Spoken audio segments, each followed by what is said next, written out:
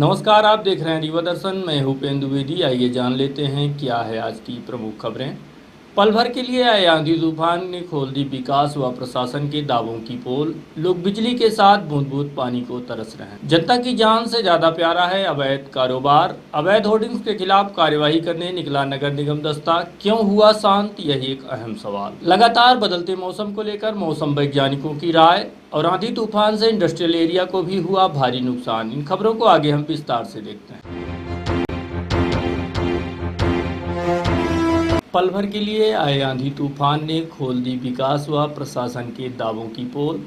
विगत 28 मई की शाम को अचानक से आए आंधी तूफान की वजह से रीवा शहर के साथ साथ आसपास के क्षेत्र का विकास धराशायी हो गया।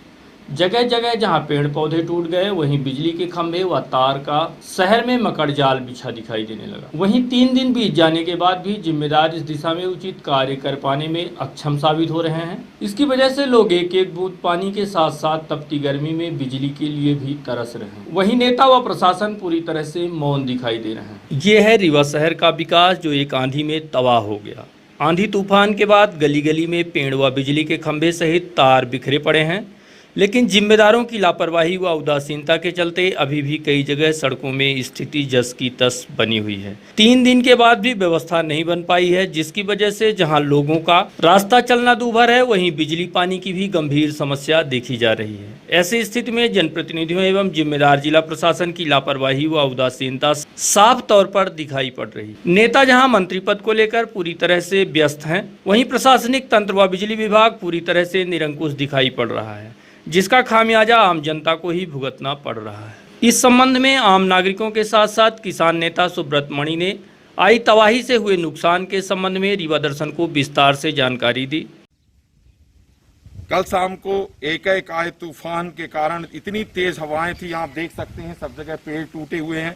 पूरे हमारे गांव, हम गांव गुढ़र से हैं, हर जगह पेड़ टूटे हुए हैं और इतना तेज हवा थी, हवा का दबाव था और लग रहा था कि क्या से क्या हो जाएगा। लग रहा था प्रलयकारी तूफान पूरी तरह से आके तबाही मचा गया है। गांव से लेके शहर तक, शहरों में खबर आ रही है कि टावर गिरे हैं, शहर में दुर्घटना हो गई है। उसके लिए हम शोक संवेदना व्यक्त करते हैं।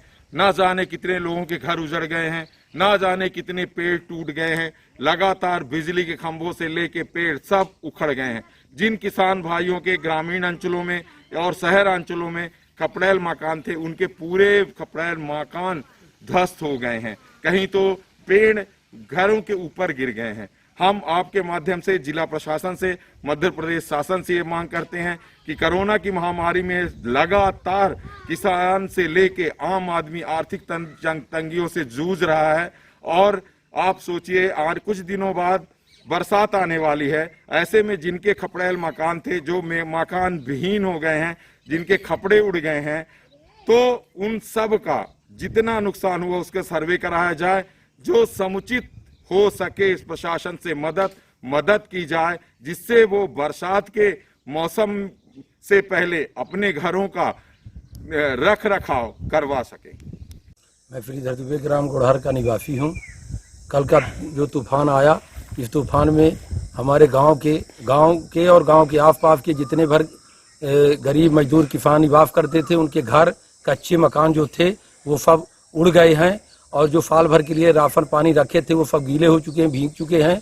और यहाँ का प्रशासन से मैं मांग करता हूँ कि इन सारी समस्या जो आई है, प्राकृतिक आपदा आई, इसकी जांच करवाए और सर्वे करवाए और इनको उचित राहत दी जाए। और मैं एक चीज़ और मांग करता हूँ जिला प्रशासन से कि यहाँ अभी तक यहाँ की पब्लिक कोरोना की महामारी से झेल रही थी। हाथ में कुछ पैसा नहीं है, घर बार सब नष्ट हो चुका है। अब वो कहाँ से क्या व्यवस्था करे। आम की फसल नष्ट हो चुकी है, महुए की फसल नष्ट हो चुकी है, फसल नष्ट हो चुकी, जो गल्ला था वो नष्ट हो चुका है। मैं जिला प्रशासन से और स्थानीय जो जनप्रतिनिधि हैं, 8 यहाँ पर विधायक हैं, एक सांसद जी हैं, मैं सबसे मांग करता हूँ कि यहाँ की पब्लिक बहुत कुछ दी। मैं इन सभी लोगों से मांग करता हूं कि यहाँ के प्रशासन से सर्वे कराए और यहाँ का उचित मुआवजा दिया जाए और लोगों को राहत पहुंचाया जाए, क्योंकि यहाँ की पब्लिक बहुत अब कष्ट में है।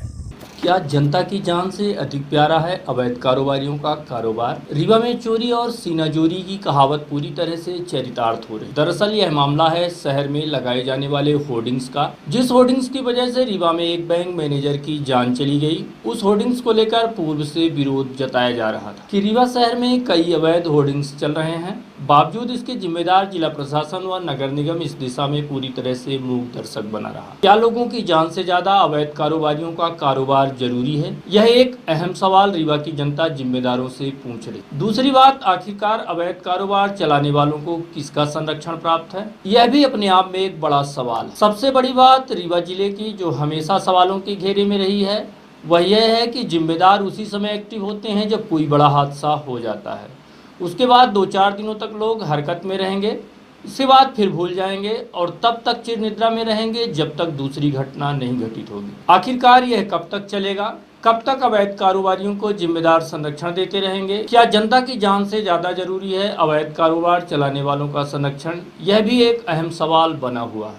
रीवा शहर में अवैध होर्डिंग्स या यूं कहें कि जितने भी नाजायज कारोबार चलाने वाले लोग हैं उनको पूरी तरह से शासन प्रशासन का संरक्षण प्राप्त, जिसके चलते अवैध कारोबारी चोरी भी करते हैं और सीनाजोरी भी करने में कोई कोताही नहीं बरतते। यह तस्वीर इस बात का सबसे बड़ा उदाहरण है। आप काट लो भैया, लीगल वाली परिभाषा आप लोग कमिश्नर साहब को बताइए कौन लीगल है कौन इलीगल है। आप कर लीजिए मेरे भाई, आप अपना काम करिए, बिल्कुल करिए, है ना, करिए अपना काम करिए। आप साहब से बात कर लीजिए। नहीं, आप काम कर लीजिए भाई साहब, बिल्कुल कर लीजिए। मैं साहब से मैं फोन पे बात तो नहीं कर पाऊंगा, जाऊंगा जब तक आप मैं 10-15 निपटा दीजिए, है ना। इंटेंशनली निपटाइए, तो आप इंटेंशनली 1-2 साल से कर रहे हो, कराइए और कराइए। हम इंटेंशनली करें, फिर क्या करेंगे आप? मैं कुछ नहीं करूंगा, मैं शिकायत करूंगा। नहीं, ऐसी बात कर रहे, फिर मैं शिकायत तो करूंगा। मैं सक्षम अधिकारी के पास जाऊंगा शिकायत करने, छोड़ूंगा। अरे भैया, धमकी वाली क्या बात है? आप धमकी दे रहे हो? मैं धमकी नहीं दे रहा हूँ। हेलो, आपका पैसा नहीं जमा, चेक बाउंस है, कहाँ है, काट लीजिए। ये आगे किसके पास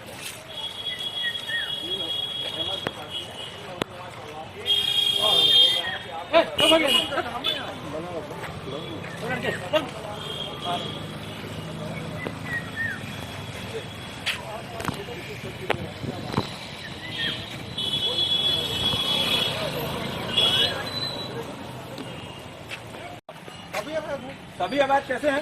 आप हमसे पैसा ले रहे हो, अवैध हैं सभी अवैध। पैसा आपको चेक बाउंस है, सभी अवैध। जिन्होंने 10,000 रुपए दिया, 25 लाख रुपए का, उसका क्या करोगे आप?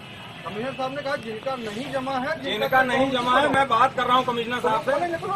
आप ऐसे नहीं कर सकते ना। आप अरे आप ही कर रहे हो, आप इंटेंशनली कर रहे हो यार। कुछ इंटेंशनली नहीं कर रहे। ये चिट्ठी अवैध, जितनी होल्डिंग अवैध होल्डिंग हटाइए, मैं मना कहाँ कर रहा हूँ। आप एक भी होल्डिंग अवैध हो हमारी बताइए। आपका चिट्ठी और परमिशन की तो दिखाओ, आप दिखाओ परमिशन क्या। मतलब अभी आप ऑन द स्पॉट आके हमसे पैसे चिट्ठी की बात करेंगे?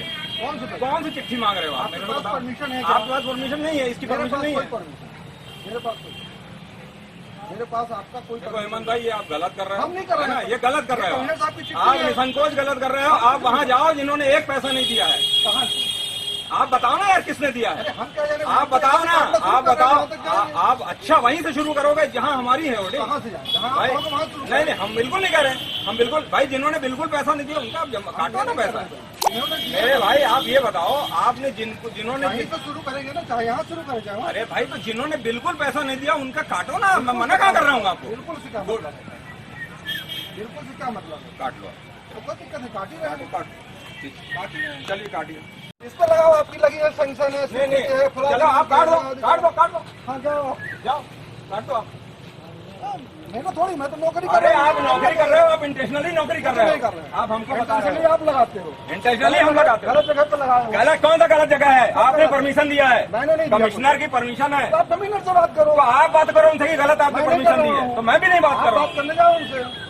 आप ये क्यों बोल रहे हो कि गलत लगा, जगह पे लगाया है? मुझे गलत लगा है। कैसे गलत लगा है? अरे रिकॉर्ड में आपका पैसा नहीं जमा है। तो आप किसका गलत लगा है बताओ ना। आपका पैसा नहीं जमा है। तोड़ दो, आप तोड़ दो, चेक बाउंस है। अरे आप तोड़ो ना, आप तोड़ो एक बार। तोड़ नहीं रहा मैं तो काट रहा हूं। आप काटो। अरे काटो, हम सक्षम अधिकारी के पास शिकायत करेंगे, लगेगा तो कोर्ट भी जाएंगे, फिर मेरे पास मत बोलना। क्या है का मामला? रोक दीजिएगा। ये कुछ नहीं है, इंटेंशनली हमारा होर्डिंग को तोड़ना है इनको, बस। केवल इनको बेहूसूरी दिखते हैं और कुछ नहीं दिखता है। 50 होर्डिंग कटवा के रखवा दिए घर में। नहीं, हम घर में वो बनवा लिए हैं। अरे हमने आपके घर में नहीं बोला है। हाँ जी, सर ये एक मिनट आप इन्हीं से बात करिए जो बोल रहे हैं। आपको जो बोल रहे हैं क्या कर रहे हैं, अब इनको सुनना तो है नहीं। हमने बात की है आपसे, केवल ये जानना चाहता कितनी होर्डिंग जो दी है मैंने किसकी है। तो आपने देखा कि अवैध कारोबार करके अपनी जेब भरने व जनता की जान लेने वाले कारोबारी किस तरह से कार्यवाही करने वाले निगम अमले पर अपना रौब दिखा रहे हैं। उसके बाद फिर नगर निगम प्रशासन को बिना कार्यवाही किए ही वापस लौटना पड़ा। ऐसे में सवाल उठता है कि क्या उस जनता की जान प्यारी नहीं है जिसने अपना मत देकर जनप्रतिनिधियों को अपनी सुरक्षा का जिम्मा सौंपी है। लेकिन वही जनता का वोट लेने वाले जनप्रतिनिधि जब ऐसे लोगों को संरक्षण देने लगेंगे तो जनता की रक्षा का तो भगवान ही मालिक होगा। खैर, हम आपको बताना चाहते हैं कि विगत 28 मई की शाम तेज आंधी तूफान के चलते शहर के मध्य शिल्पी प्लाजा के समीप अंबेडकर बाजार में लगाई गई होर्डिंग्स भरभरा कर नीचे आ गिरी, जिसमें वहीं से गुजर रहे बैंक मैनेजर की दर्दनाक मौत भी हो गई। आप देख सकते हैं बैंक मैनेजर की मौत की लाइव तस्वीर।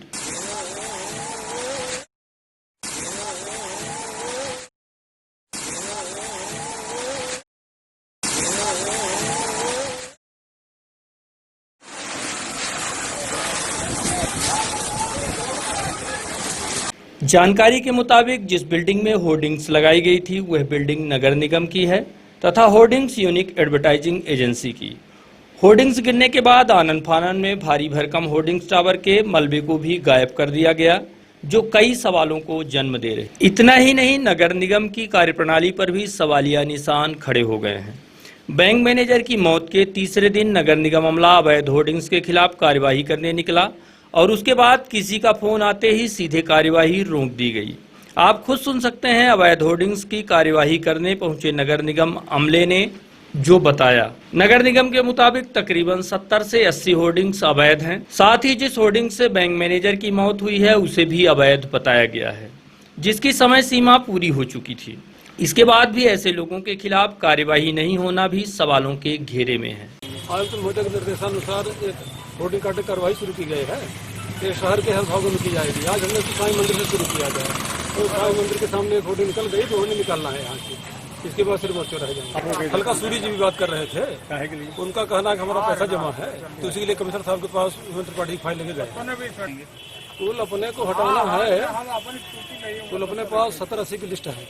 राघवेंद्र शुक्ला ऐसा क्या रुका थोड़ी काम तो चालू है, रुका कहाँ है? इसको जो लगवाएंगे लगवा के वहाँ रखवाएंगे, करवाएंगे। हो गई थी, आधी कटिंग होकर छूट गई, ऐसा क्या दबाव पड़ा? हमको कुछ दबा दो, हमको कोई दबा नहीं। काम करना है, काम करे। शासन का 2-3 मंजिले में लगे हैं, उनको पहले निकलवाना है, फिर इसके बाद हाँ ये वो है कि साहब हमको निर्देश दे, वहाँ जाओ पहले। ये कहे हैं कि शासन का आप निकलवाओ वहाँ सिरों चौराहे ग्राम से आएंगे, जैसे तो निकलवाती इसके बाद भी निगम द्वारा 30 मई को साईं मंदिर के सामने लगी होर्डिंग्स को गैस कटर से काटने का कार्य शुरू किया गया था कि तभी वहां एजेंसी संचालक विभू सूरी पहुंचे और अधिकारियों को अपनी धौंस दिखाकर किसी को फोन किया। उसके बाद से कार्यवाही के लिए निकला अमला वहां से वापस लौट गया। ऐसा भी माना जा रहा है कि हाल में टेंडर में चेक बाउंस हो जाने के बाद भी एजेंसी को एनओसी जारी की गई है। ऐसे में भी नगर निगम की मिलीभगत साफ मानी जा रही है। भैया सभी लोगों की होर्डिंग है। देखिए इन्होंने आज नोटिस जो दिए हैं ना, जो जितने नोटिस दिए हैं, हमको जनवरी तक का इन्होंने वो दिया था, क्या बोलते हैं, डिमांड नोटिस। जनवरी तक का सशर्त हमने दिया है इनको पैसा, और उसमें कुछ विसंगतियां थी। आज से 4 महीने पहले जो विसंगतियां थी उनको इंगित करते हुए मतलब हमने उसमें दिया है, अपोज में पैसा दिया है, चैलेंज करते हुए। कोई चेक बाउंस नहीं हुआ है। हमारे पास ईमेल पड़ा है, हमने 22 तारीख को इनको ईमेल कर दिया था कि लॉकडाउन के कारण अभी आप चेक कृपया न लगाएं। पर्सनली भी बोला था और मेल पे रिकॉर्ड है, क्योंकि कहीं आने जाने वाला नहीं था कोई, इसलिए मेल भेजा कमिश्नर को। 1 नहीं 4 मेल भेजी। कोई समय सीमा समाप्त नहीं हुई थी। जब आप पैसा ले रहे हो काहे का समय सीमा समाप्त हुई थी? इन्होंने लिख के दिया हो कोई कि समय सीमा समाप्त हो गई है, निकलवा लो, तो हम निकलवाते। एक्चुअल में वो आप पैसा ले रहे हो, आप बराबर नहीं। आप ये बताइए, आप लगातार हमको बिल दे रहे हो, समय सीमा समाप्त हो गई है। इनके द्वारा लिखित बिल है हमारे पास, समय सीमा समाप्त हो गई है। पैसा आप ले रहे हो, उसकी समय सीमा समाप्त हो गई है। मैंने बताया तो आपको कि भाई मार्च में मैंने इनको मैसेज किया है कि आप हमारे चेक न लगाएं। मेल है मेरे पास, ऑथेंटिक मेल है मेरे पास। तो सर ये भाई आप भी सरकारी मेल होता है, सरकारी पेपर में निकाल देते हैं, तो हमारी ड्यूटी बनती है ना कि पढ़ो। मेल हमने आपको कर दिया, हमने इनको मेल कर दिया और टाइमली किया कि हमारा चेक आप न लगाएं, क्योंकि लॉकडाउन के कारण ना हम व्यवस्था कर पाने में असमर्थ हैं। तो मैं जवाबदारी, देखिए ये तो दुखद घटना थी, गिर गया कोई भी, ना मैंने जानबूझ के किया ना निगम प्रशासन ने जानबूझ के किया। ये एक अनहोनी थी जिसके लिए संवेदनाएं हमारे साथ भी हैं, उनके साथ हैं। पीड़ित पक्ष का कौन देखेगा? देखिए बता तो रहे हैं कि संवेदनाएं हैं, लेकिन ये एक दुर्घटना थी, इसमें ना नगर निगम इन्वॉल्व है ना मैं इन्वॉल्व हूँ। मैं होर्डिंग लीगल था सब, होर्डिंग में कहीं कोई इलीगल वाली बात नहीं। वहीं बैंक मैनेजर की मौत के पश्चात वहां पड़े मलबे की जब्ती के साथ की गई कार्यवाही के संबंध में नगर पुलिस अधीक्षक एस बघेल से भी बात की गई, तो उन्होंने बताया कि पुलिस मौके पर पहुंचकर उचित कार्यवाही की है। अवैध होर्डिंग्स के संबंध में पत्राचार कर नगर निगम से जानकारी मांगी गई है, उसके बाद अपराधियों के खिलाफ कार्यवाही की जाएगी। जैसा कि आपको मालूम है, कल शाम को लगभग 5 साढ़े 5 बजे के आसपास रीवा में लगभग 70 किलोमीटर से ज़्यादा स्पीड की हवाएं चली थीं और तूफ़ान आया था। उसी तूफ़ान के समय श्री देवेंद्र सिंह परिहार, जो एक अपेक्स बैंक में अकाउंट अफसर के पद पर पदस्थ थे और अपने बैंक से अपनी मोटरसाइकिल में घर जा रहे थे, उसी समय उनके ऑफिस से लगभग 100 मीटर आगे ब्रगनैनी चौराहे के पास में अम्बेडकर बाज़ार के छत के ऊपर एक होर्डिंग टावर लगा हुआ था, और जिस टावर का इस्तेमाल जो है विज्ञापन के लिए होर्डिंग लगाने में किया जाता था, तो वो टावर अचानक नीचे गिरकर सड़क पे आ गया और उसकी चपेट में आने से देवेंद्र सिंह जी बुरी तरह से घायल हुए। उनको संजय गांधी अस्पताल ले जाया गया, जहां उनकी मृत्यु हो गई है। इस संबंध में थाना सिविल लाइन में मर्ग कायम करके जांच की जा रही है और हम इस बात का भी पता लगाएंगे कि होर्डिंग किन परिस्थितियों में गिरी और उसे वो वहाँ अवैध तरीके से लगाई गई थी या नहीं लगाई गई थी। इस संबंध में नगर निगम को पत्र लिखा है और जानकारी मिलने के पश्चात उचित कार्रवाई इसमें की जाएगी। होर्डिंग्स किस एजेंसी की थी, उस पर कुछ अभी तक एक्शन लिया गया है, जब्ती की गई है या नहीं? ये होर्डिंग मौके पर जब्त की जा करके और ये सुपुर्दगी में दी जा चुकी है मालिक को, क्योंकि इसको उठाकर थाने ले जाना संभव नहीं था। और ये विभू सूरी एक करके एक यहाँ के नागरिक हैं रीवा के, जिनको आप जानते होंगे, उनके द्वारा कोई एडवर्टाइजिंग एजेंसी चलाई जाती है, तो उनकी एजेंसी की होना अभी तक मालूम हुआ है। अवैध होर्डिंग्स को लेकर लंबे अरसे से लड़ाई लड़ने वाले पार्षद विनोद शर्मा ने इस घटना को दुर्भाग्यपूर्ण बताया और कहा कि इस घटना का शिकार कोई भी हो सकता था। इस अवैध होर्डिंग्स के मामले में इनके द्वारा पूर्व में भी विरोध प्रदर्शन किया गया था और शनिवार को भी रीवा कमिश्नर डॉक्टर अशोक कुमार भार्गव को उनके द्वारा ज्ञापन सौंपते हुए कार्यवाही की मांग की गई। रीवा शहर में अवैध होर्डिंग्स के कारोबार को लेकर हमेशा से लड़ाई लड़ते आए पार्षद विनोद शर्मा का कहना है कि पूर्व में इस तरह की घटनाओं को लेकर अंदेशा जताया गया था। पुलिस व प्रशासन द्वारा इनके धरना प्रदर्शन के बाद कार्यवाही का आश्वासन भी दिया गया था, परंतु मामला फिर ठंडे बस्ते में डाल दिया गया। जैसे ही बैंक मैनेजर की होर्डिंग से मौत हुई, यह मुद्दा फिर गरमाया। वहीं उन्होंने मांग की है कि होर्डिंग संचालक के खिलाफ 302 का मामला दर्ज करते हुए मलबे को जब्त करें, वरना आगे बड़ा आंदोलन किया जाएगा। ज्ञापन जो हमने दिया अपने रीवा संभागीय कमिश्नर और हमारे नगर निगम के प्रशासक, ये जो परसों तूफान आया और उस तूफान से रीवा में बहुत बड़ी तबाही हुई। तूफान कोई भी आएगा, तबाही होना निश्चित है। पर इसी तूफान में कुछ लोगों की पोल खुली, जैसे अवैध होल्डिंग। आपको ज्ञात होगा कि अवैध होल्डिंग का कारोबार इस नगर निगम रीवा में 20 साल से फल फूल रहा था। पर जब मैं पार्षद बना पिछले 5 साल में, हमने बहुत सारे मुद्दे जो इस प्रकार से जनता के हित में थे हमने उठाया। उसी में एक मुद्दा था अवैध होल्डिंग का मुद्दा। जब ये अवैध होल्डिंग का मुद्दा हमने उठाया, आप सबके सहयोग और आप सबके सामने हमने सिरमौर चौराहे में अल्टीमेटम दे के जाम भी लगाया था और वहाँ तब के रीवा के एसडीएम और सीएसपी मौके में मौजूद होकर के बोले थे कि 24 घंटे 48 घंटे के अंदर रीवा की समस्त अवैध होल्डिंग हट जाएंगी। पर वो हटाने का प्रयास भी हुआ, पर जो अवैध होल्डिंग के संचालक थे उनके ऊपर यहाँ के वर्तमान विधायक और पूर्व मंत्री राजेंद्र शुक्ला जी का बर्दाश्त प्राप्त था। कुछ नहीं हो पाया। अवैध होल्डिंग जो कि त्यों रही, अभी भी बहुत सारी पड़ी हैं। उसी अवैध होल्डिंग कारण आज हमारे एक बैंक मैनेजर, रीवा के बैंक मैनेजर की जान चली गई। मैं कहता हूं कि जो अवैध होल्डिंग गिरी उस दौरान मैं भी वहां से गुजर सकता था, आप गुजर सकते थे, प्रशासक जी गुजर सकते थे, वर्तमान विधायक भी गुजर सकते थे, हो सकता है विभू सूरी खुद गुजर सकते रहे हो, तो वो मौत कोई भी हो सकती थी। पर मौत वो साधारण मौत नहीं है कि अपन उसमें केवल ये करें तूफान आया अवैध होल्डिंग गिरी। वो अवैध होल्डिंग का ढांचा जो 4 मंजिल के ऊपर टंगे थे, आज भी बहुत सारे अवैध होल्डिंग इस प्रकार से टंगे हैं। और अभी मैं पूछना चाहता हूं, अभी कितनी जान और लोगे?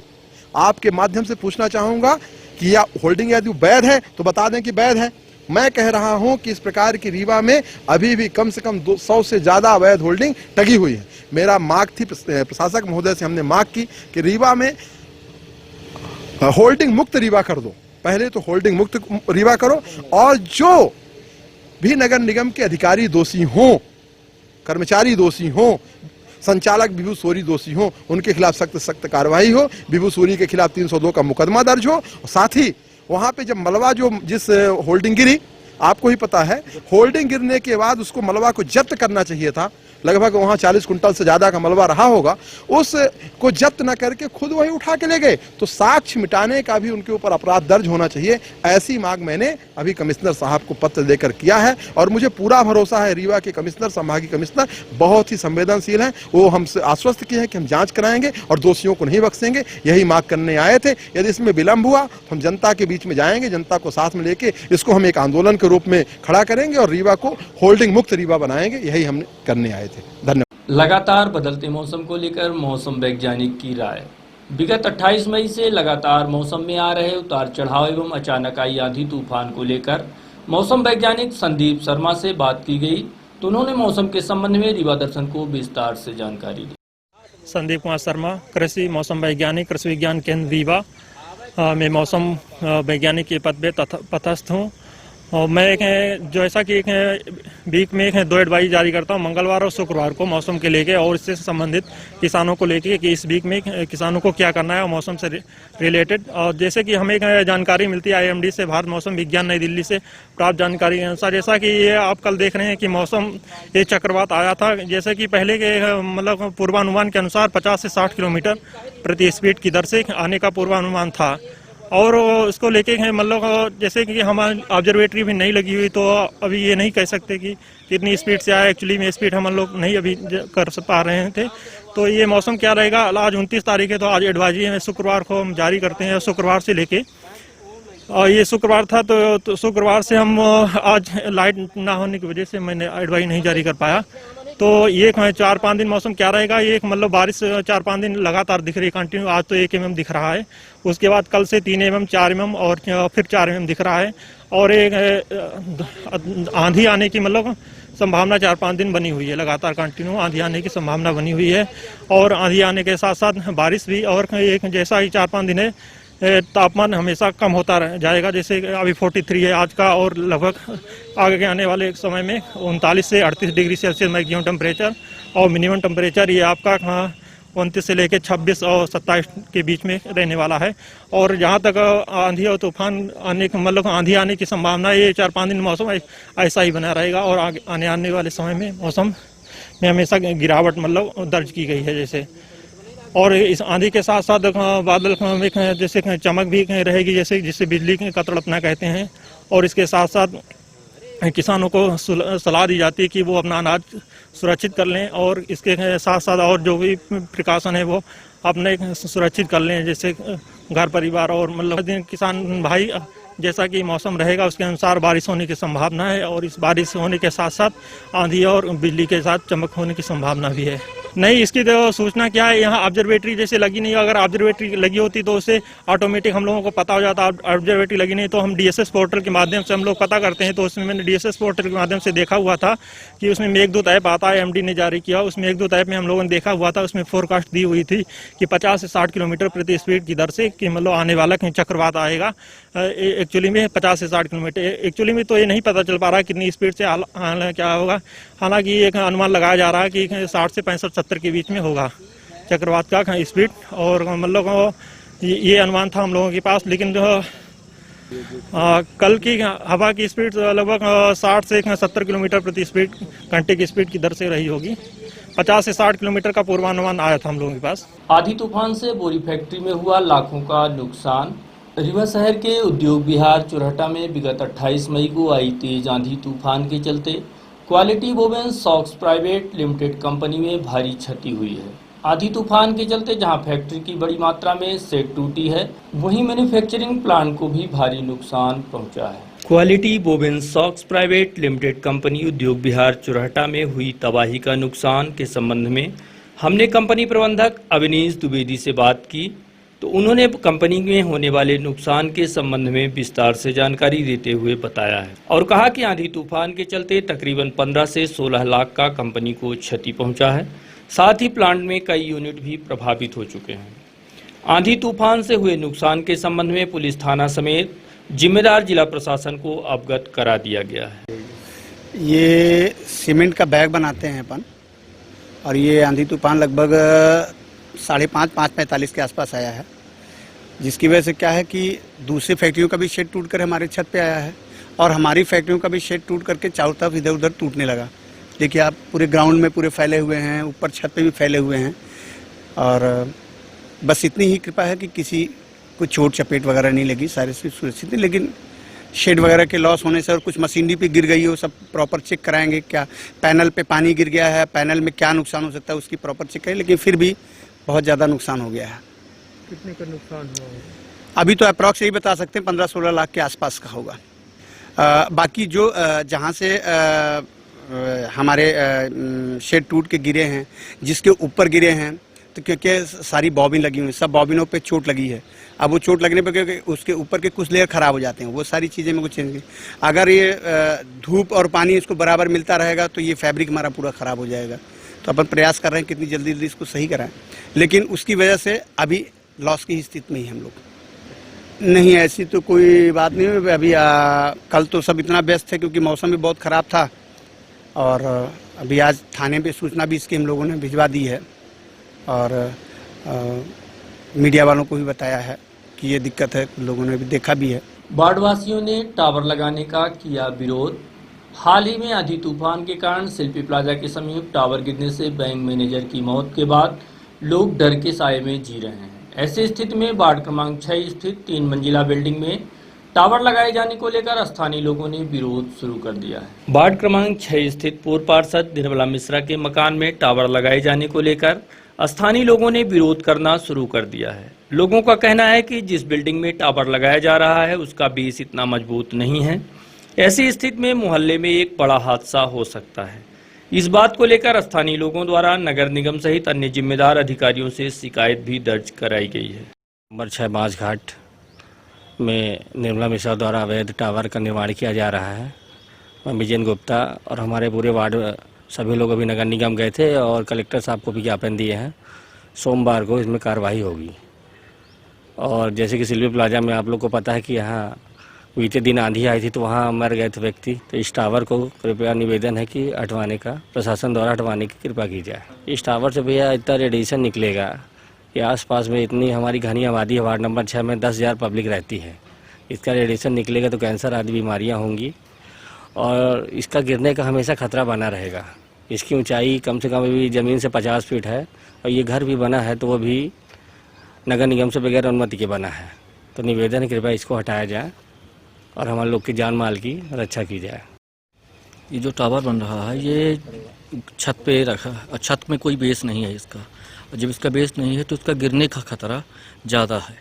और अगल बगल में जो हमारे घर बने हैं, हमारे हैं विजय गुप्ता जी के हैं और 1-2 लोग हैं, तो उनके सर हम लोगों के सर के ऊपर ही गिरेगा, क्योंकि ये इसका कोई बेस अंदर से इतना ज़्यादा मजबूत नहीं है कि खड़ा रहेगा। अभी आपने देखा ही है कि शिल्पी प्लाजा में एक आदमी इसी कारण टावर से ख़त्म हो गया। तो हम लोग इसको सुरक्षा को देखते हुए इसका हम लोग विरोध कर रहे हैं। लगभग इससे 4,000 पब्लिक है यहाँ पे और घनी आबादी है और लगभग हर एक दूसरे से घर सटे हुए हैं, तो उसमें नुकसान हम लोगों का ज़्यादा है। हम लोग इसके लिए हाँ तो हम लोग यहाँ से गए थे कलेक्टर को भी ज्ञापन दिए थे, नगर निगम भी गए थे। तो नगर निगम में आश्वासन तो दिया गया है पर अभी कोई प्रक्रिया नहीं समझ में आई है। आश्वासन दिया गया है कि उसको हम रोकेंगे। निरंतर प्रवासी श्रमिकों की सेवा में तत्पर है टीच टू ईच संस्था। कोरोना संक्रमण के चलते पूरी दुनिया भर में जहां लोग हैरान व परेशान हैं, वहीं लगातार देश के कोने कोने से प्रवासी श्रमिकों का भी आना जाना निरंतर जारी है। ऐसी घड़ी में श्रमिकों के सामने खाने पीने का एक बड़ा संकट खड़ा हो रहा है।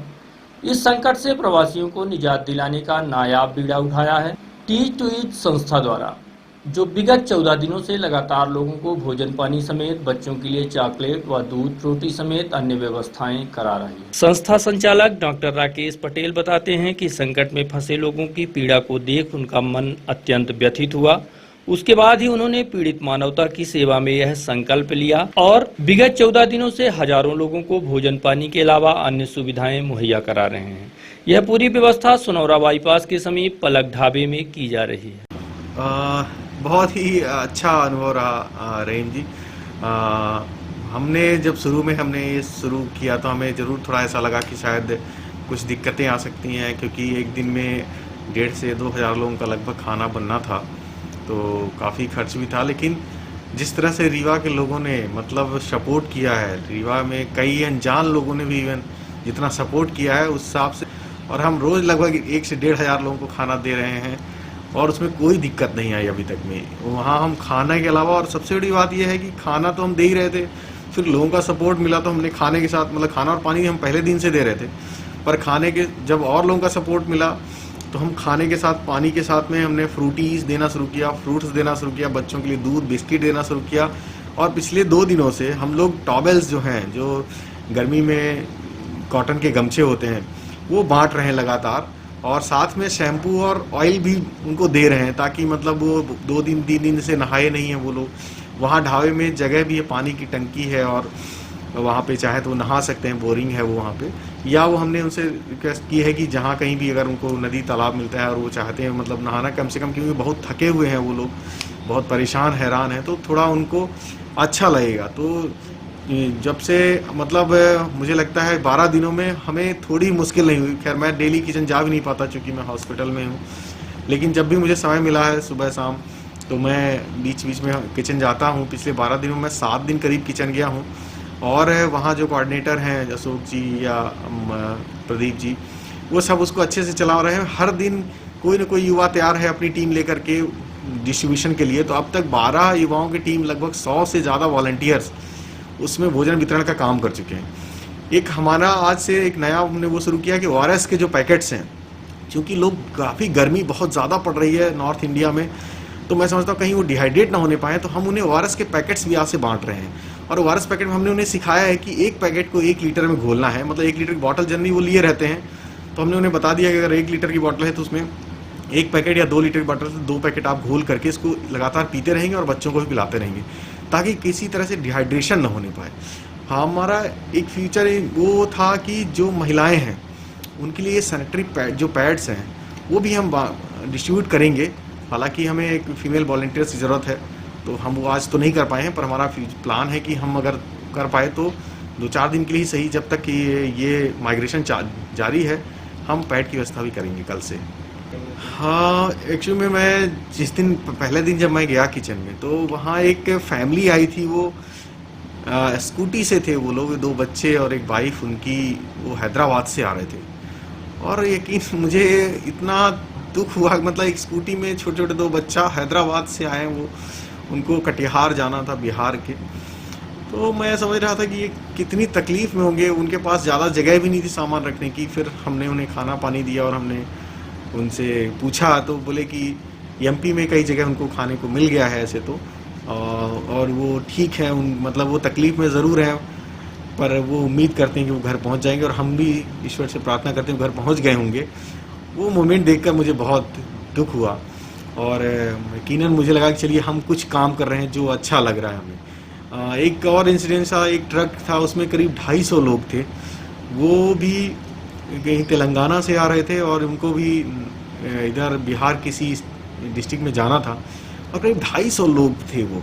तो मैंने पूछा, बोले कि हम एक गाड़ी में 250 लोग भरे हुए हैं, और वाकई वो बहुत मतलब इस तरह से दिख रहे थे जैसे वो कई दिनों से खाए नहाए नहीं हो। बोले कि हम 2 दिन से निकले हैं, आज दूसरा दिन है, लगभग 40 से ज़्यादा घंटे हो गए हैं उनको जर्नी को, और काफ़ी बेहाल परेशान थे। तो उनको हमने जब खाना पीना फ्रूटी वगैरह दी, और हमें बहुत ही संतुष्ट लगा। एक्चुअली में कभी ऐसा भी लगता था कि ये भी इंसान है, हम कभी मतलब इतनी तकलीफ़ में तो उन्हें गले भी लगा पाते, पर ये महामारी का एक वो भी समझिए कि आदमी के गले भी नहीं लग सकता। पर मुझे बहुत खुशी हुई उस दिन, तो मेरा पहला दिन था वो। उसके बाद कई इंसिडेंट्स ऐसे रहे जब हमें अच्छा लगा वहाँ सब कुछ करना। और कल तो जब गमछे बांट रहे थे हमारे वॉलंटियर्स, तो उन लोगों ने भी बहुत अच्छा लगा, लोगों को भी। गर्मी में लू चल रही है, भले ही वो बसेस या ट्रक में सफ़र कर रहे हैं, पर मुझे लगता है कि ये चीज़ें उनको काफ़ी थोड़ा बहुत सुकून ज़रूर देंगी। और उनको कितना देंगे मुझे पता नहीं, पर हमें बहुत सुकून दे रही थी ये चीज़ें। कोरोना संक्रमण की वजह से सामान्य बीमारियों से भयभीत होने की जरूरत नहीं। डॉक्टर मुकेश तिवारी। एक तरफ जहां कोरोना संक्रमण की वजह से लोग परेशान हैं, वहीं आने वाले समय में मौसमी बीमारियों का भी प्रकोप बढ़ने वाला है। ऐसी स्थिति में लोगों को डरने की आवश्यकता नहीं है, बल्कि चिकित्सक से उचित परामर्श लें और सही इलाज कराएं। एलर्जी व श्वास रोग विशेषज्ञ डॉक्टर मुकेश तिवारी ने यह भी बताया कि मौसमी बीमारी एवं कोरोना के सिम्टम्स तकरीबन एक जैसे होते हैं। ऐसी स्थिति में अपनी कॉन्ट्रैक्ट हिस्ट्री के हिसाब से खुद का इलाज व जांच कराएं। इस भ्रम में भी ना पड़े कि कोरोना है। मौसम के हिसाब से यह बीमारियां आती जाती रहती हैं। समय पर चिकित्सकीय सलाह लेकर उचित दवाइयों का प्रयोग करने से मरीज मौसमी बीमारियों से अपना बचाव कर सकते हैं। हेलो, मैं doctor Mukesh Tiwari, assistant professor in pulmonary department in Shyam Sai medical college Rewa. मैं आप लोगों को बताऊंगा कि कोरोना जो इस टाइम पर महामारी है, कोविड-19 महामारी है, इससे और हमारे जो रूटीन पेशेंट हैं जो ओपीडी में रेगुलर आते हैं, फ्लू ओपीडी में, चेस्ट डिपार्टमेंट में पेशेंट आते हैं, उनके सिम्टम मोर और लेस 90% सेम होते हैं। तो लोगों को जागरूकता के लिए हमको ये बताना जरूरी है कि कोरोना से नहीं डरना है। जो नॉर्मल पेशेंट हैं अदर डिसीज के, उसके भी परेशानी हो सकती है। तो उसमें प्राथमिक पहली बीमारी आती है जैसे सर्दी जुकाम होता है। अगर किसी भी इंसान को सर्दी जुकाम है तो उसका 100% ये नियम नहीं है कि उसको कोरोना है ही। सबसे पहले उससे हम बात करते हैं कि वो कहीं ट्रैवल करके तो नहीं आया बाहर से, किसी अदर स्टेट से तो नहीं आया, अदर डिस्ट्रिक्ट से तो नहीं आया। दूसरी चीज़ हम उससे पूछते हैं कि आपके फैमिली में का मेंबर कोई भी तो ऐसा ट्रैवल करके नहीं आया बाहर से। तीसरी चीज़ हमें पूछते हैं कि आपके आस पड़ोस में कोई ऐसा बंदा नहीं आया जो बाहर से आया हो और उसके आप कांटेक्ट में आए हो या उससे आपने प्रॉपर तरीके से सोशल डिस्टेंसिंग मेंटेन ना की हो। इन सब चीज़ों को पूछने के बाद अगर वो ये बताता है कि नहीं हमारा बिल्कुल भी किसी से ऐसे बंदे से कांटेक्ट नहीं है, तो उसमें कोरोना की पॉसिबिलिटी ना के बराबर होती है। एहतियातन तौर पर तब भी हम उसको प्रॉपर तरीके से मेडिसिन देते हैं और उसको बोलते हैं कि 7 दिन तक आपको आइसोलेट होकर रहना है, 7 दिन से 14 दिन तक। अगर उसमें परसिस्टेंट करते हैं सिम्टम, तब आके हम 7 से 10 दिन में कोरोना की भी जांच करवाने के लिए सलाह देते हैं। इसके अलावा बहुत से ऐसे मरीज आते हैं जिनको खांसी होती है, सांस होती है, सांस की बीमारियां होती हैं और फीवर भी होता है जो लंबे समय से चल रहा होता है। अगर उन पेशेंट को 4 महीने से अधिक समय से ये बीमारियां हैं तो उनको इसमें नहीं पड़ना है कि उनको कोरोना है ही, और उस कंडीशन में भी उनको इसके बारे में ज़्यादा नहीं सोचना है और अपना डॉक्टर से प्रॉपर तरीके से सलाह लेना है, ट्रीटमेंट लेना है। और अगर ज़रूरत होगी, अगर उसके सिम्टम परसिस्ट करेंगे, तब हम कोरोना सस्पेक्ट करके और उनका कोरोना की जांच करवाते हैं। नहीं तो हम उसको प्रॉपर ट्रीटमेंट, जो रेस्पिरेटरी ट्रीटमेंट होता है, वो ट्रीटमेंट देकर उनको घर भेज देते हैं। अभी अचानक से बारिश हो जाती है, अभी जून और जुलाई आएगा, बारिश का सीज़न आएगा। इस टाइम पर हर एक इंसान को थोड़ी बहुत सर्दी जुकाम खांसी ये सब के सिम्टम आते हैं, जो कि हर साल रूटीनली ये सिम्टम बने रहते हैं। इस प्रकार की कंडीशन में भी किसी को बिल्कुल भी भयभीत होने की ज़रूरत नहीं है। उनको डॉक्टर की परामर्श लेना है और प्रॉपर तरीके से उसका ट्रीटमेंट सलाह लेनी है, ना कि ये भयभीत होते हुए कि हमको कोरोना ही है। अगर आप किसी के कांटेक्ट में और किसी भी इंसान के ट्रैवल हिस्ट्री के वाले कांटेक्ट में नहीं है और उनसे प्रॉपर सोशल डिस्टेंसिंग मेंटेन किए हुए हैं तो